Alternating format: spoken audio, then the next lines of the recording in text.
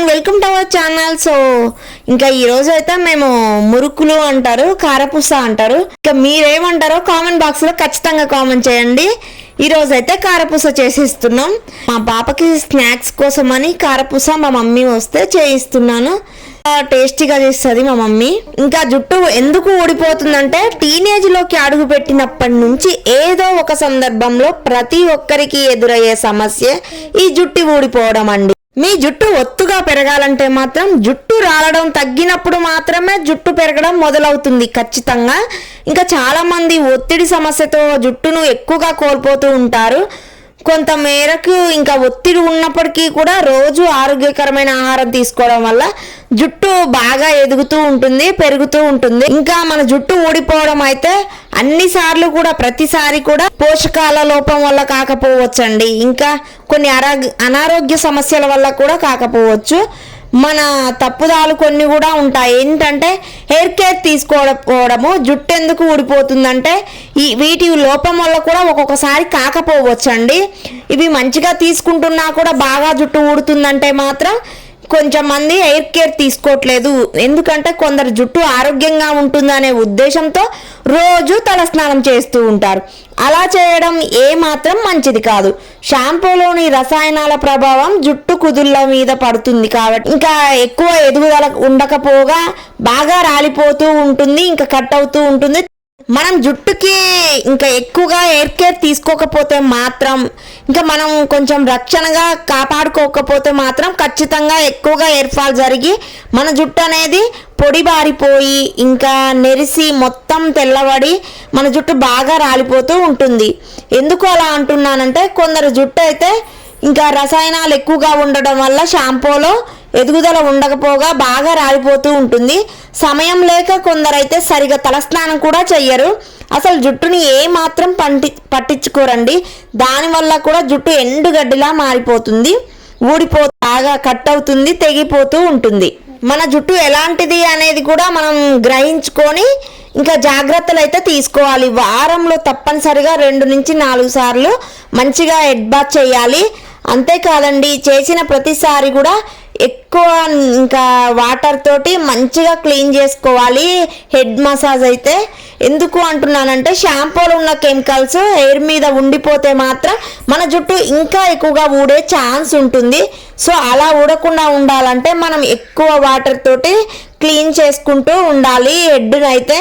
So head bath నీట్గా చేయకపోతే chemicals వల్ల రసాయనాలు అలానే ఉండిపోయి జుట్టు ఎదుగుదలకు అడ్డుపడుతూ ఉంటాయి. ఇంకా అలా కూడా చేయొద్దు. మీ జుట్టు జడ అల్లుకోవడం, రబ్బర్ బ్యాండ్ పెట్టుకోవడం, బలంగా లాగి ముడి వేయడం ఇంక ఇప్పుడైతే ట్రెండింగ్ అండి. పోనీటైల్ లాగా స్టైల్ కోసం అని కొంచెం మంది బిజీ షెడ్యూల్లో ఇంకా జడ వేసుకోవడానికి టైం లేక కూడా పోనీటైల్ లాగా పెడుతున్నారు. సో అలా గట్టిగా లాగి పెట్టడం వల్ల, ముడి వేసుకోవడం వల్ల, ఎక్కువ పిన్నులు పెట్టడం వల్ల కూడా, లేదంటే పూర్తిగా వదిలేయడం వల్ల కూడా వంటివి చేయడం వల్ల జుట్టు అనేది రాలిపోయి తెగిపోతూ ఉంటుంది. దీనివల్ల కూడా జుట్టు ఎక్కువగా రాలిపోతుంది. అలా కాకుండా జడ వేసుకోవడం చాలా మంచిది.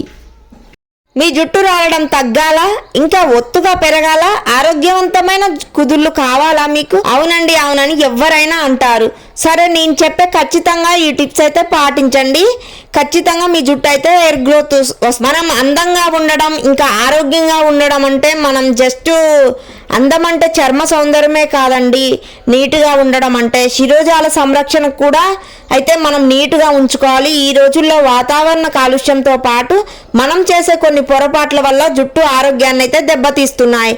ఫలితంగా మన కేశాలైతే ఎక్కువగా రాలిపోవడం, ఇంకా చిన్న వయసులోనే తెల్ల వెంట్రుకలు రావడం వంటి సమస్యలు అయితే మనకు తాలెత్తుతాయి. అందుకే ఈ సమస్యలు ఏవి లేకుండా ఉండాలంటే జుట్టు ఆరోగ్యానికి మనమైతే కొన్ని టిప్స్ అయితే పాటించాలి. మనం హెయిర్ కేర్ కూడా తీసుకోవాలి. ఎక్కువగా జుట్టు పెరగడానికి మనం జాగ్రత్తలు తీసుకోవాలి, నీట్గా ఉంచుకోవాలి మన జుట్టునైతే.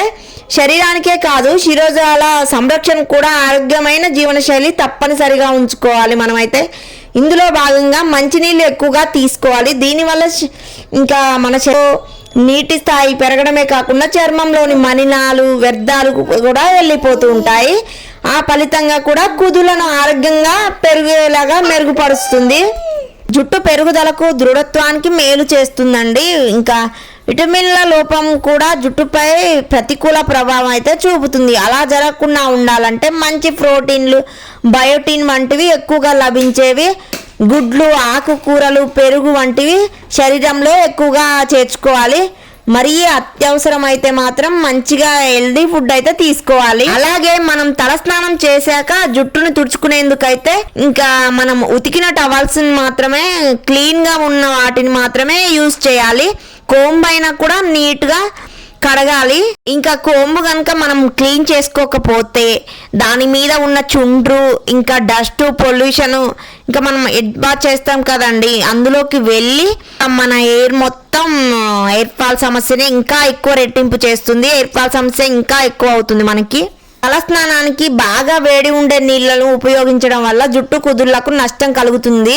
కాబట్టి గోరువెచ్చని నీటినే తలస్నానానికి ఉపయోగించాలి మనమైతే. అలాగే గాఢత తక్కువగా ఉండే షాంపూలు మనకి మేలు చేస్తాయండి.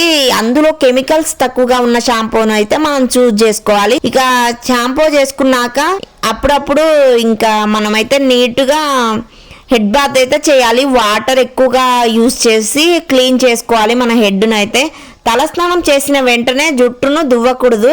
అలా చేస్తే వెంట్రుకలు తెగిపోవడం, ఎక్కువ జుట్టు రాలిపోవడం వంటి సమస్యలు అయితే మనకు వస్తాయి. అలాగే జుట్టు దువ్వుకోవడానికి కూడా మెత్తటి బ్రెజిల్స్ ఉండే చెక్క దువ్వెన అయితే ఉపయోగించితే చాలా మంచిది.